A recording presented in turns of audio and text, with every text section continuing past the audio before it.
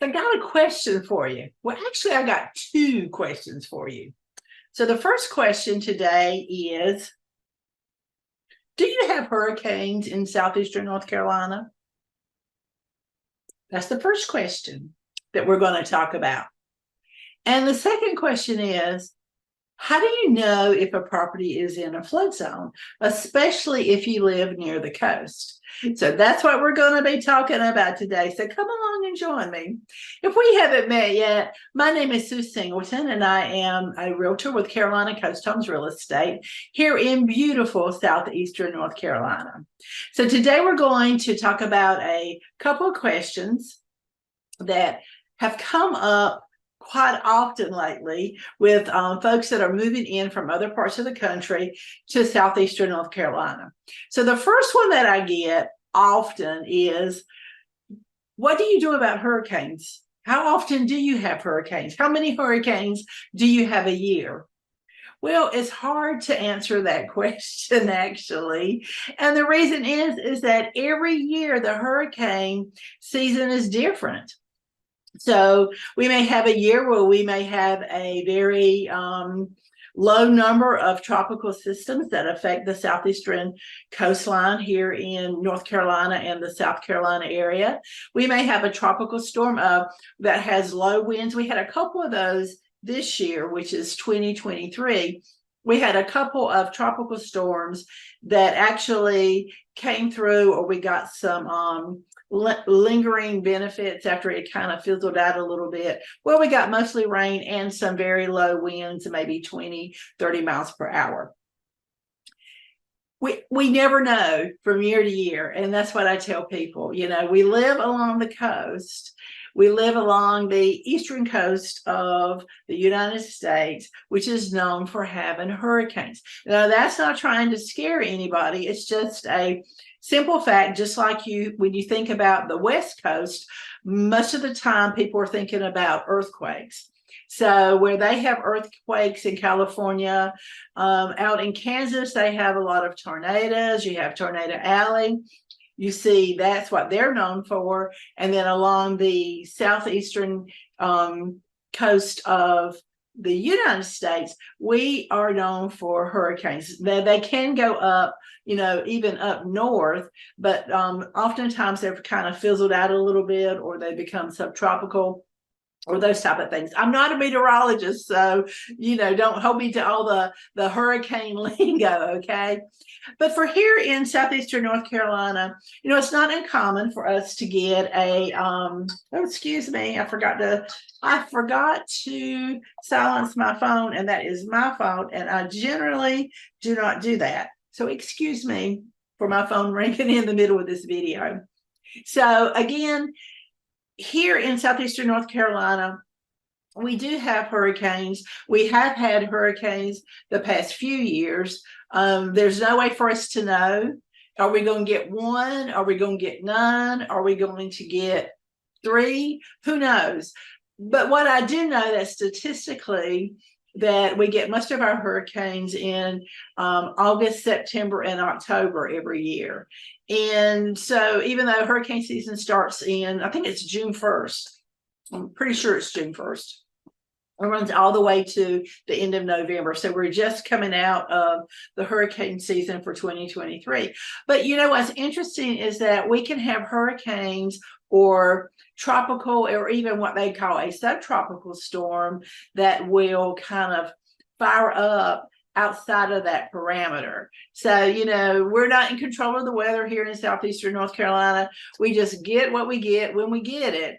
And for the most part, you know, it's beautiful here in southeastern North Carolina. But if you are thinking about moving here, that is something that you do need to consider.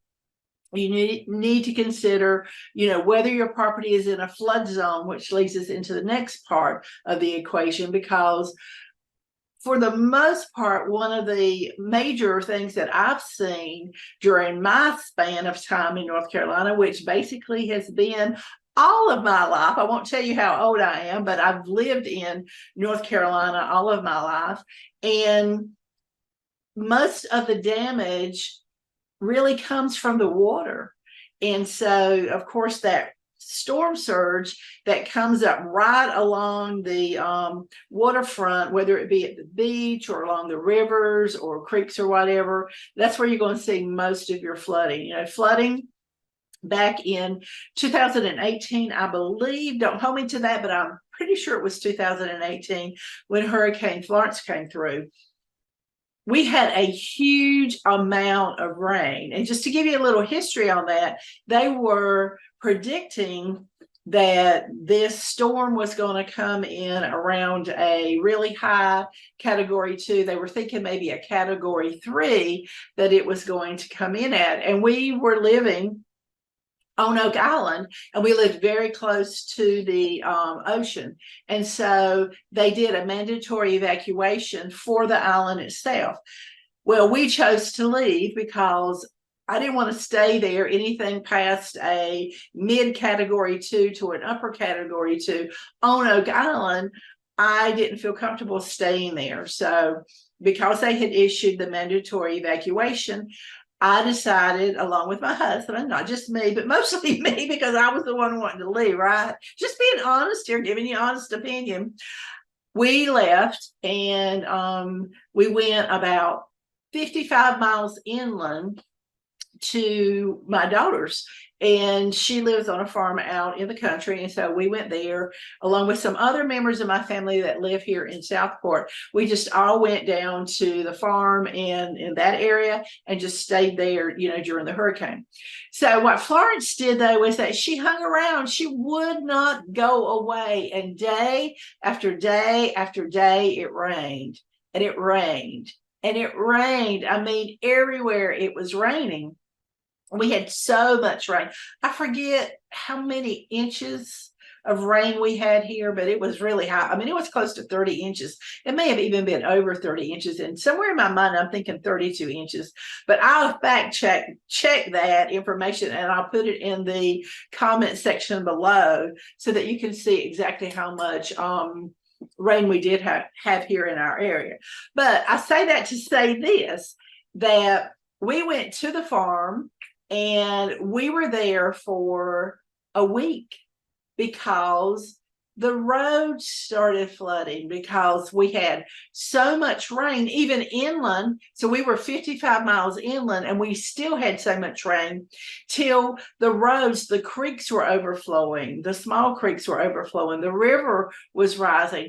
We couldn't get home. So we were gone for 10 days, 7 to 10 days. I can't remember exactly, that we were gone from our home because we couldn't get back on that 55 miles to our house. It took us about a week or better before we could actually get home. So, you know, that was one of the major things that happened with Hurricane Florence. Now, the funny part of that is, if we had stayed home, and the hurricane itself, which is very typical, they'll be out in the ocean. The hurricanes may be a category 3, sometimes a category 4, and they quickly start dying down. So when they come in a lot weaker than what they had initially forecasted, which is what happened with Hurricane Florence, because it wasn't the wind damage, but there was a lot of flooding. However, when we got home back to Oak Island, where we lived at on the island, there was, even though there were parts of Oak Island that did have some flooding, I'm not saying that, but what I'm saying, in the general area where we lived at on Oak Island, there wasn't any flooding like on our street or whatever. There was some standing water in the yards or whatever, but there wasn't any flooding in our immediate area on Oak Island. And so that happens a lot. We had another hurricane.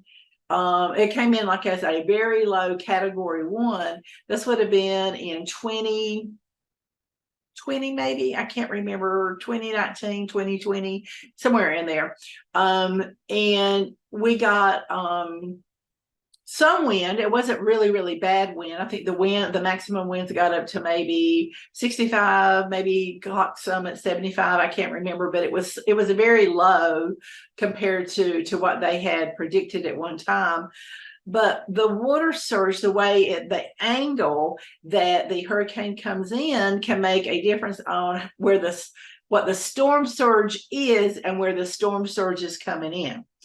So, you know, for that particular storm, it was mainly affected the beachfront properties, mostly, and the beachfront road, not necessarily anybody that lived a little bit further back. So, you know, every hurricane's different. Every tropical system is different. You know, we want to keep a check on, though, whenever we're looking at properties, is we're checking for that flood zone. Some properties, if you're looking for beachfront property, you're going to be in a flood zone. That's just the way it is. If you're going to go to the intracoastal waterway, odds are you're going to be on a flood zone. If you're going to back up to the marsh, odds are you're going to be in a flood zone. But for every property that I have a buyer or a seller for, I check that flood zone. It's an easy, simple process to check. And so I always check, and I always let my buyers know, yes, this property is in a flood zone. No, it's not, when we're actually looking at properties that they're interested in. So anyway, that's just a little bit of information that came up today. I had a couple of questions about both of those things today, and just thought, well, you know, while it was fresh on my mind, I was just going to hop on here and I was going to do this video, just share this information with you. I hope you found it useful and helpful. And if you haven't already, how about liking and subscribing to my channel? I really appreciate it. Leave me a comment below. And, you know, I'd love to hear from you. I really, really do. I'd love to just hear from you, to know that you're out there. If you've got any questions, you can put those in the comment section below. Also, if you have questions about hurricanes, if you have questions about flood insurance or any other things that go along with real estate, because that's what I do, and that's what I'm here for, is to help you, to serve you, and to answer your questions as best I can, or put you on the right path to where you can go to find the answers to those questions if it's something that I cannot answer for you. Okay, I will talk to you soon, and remember, happiness grows here. Talk to you next time. Take care.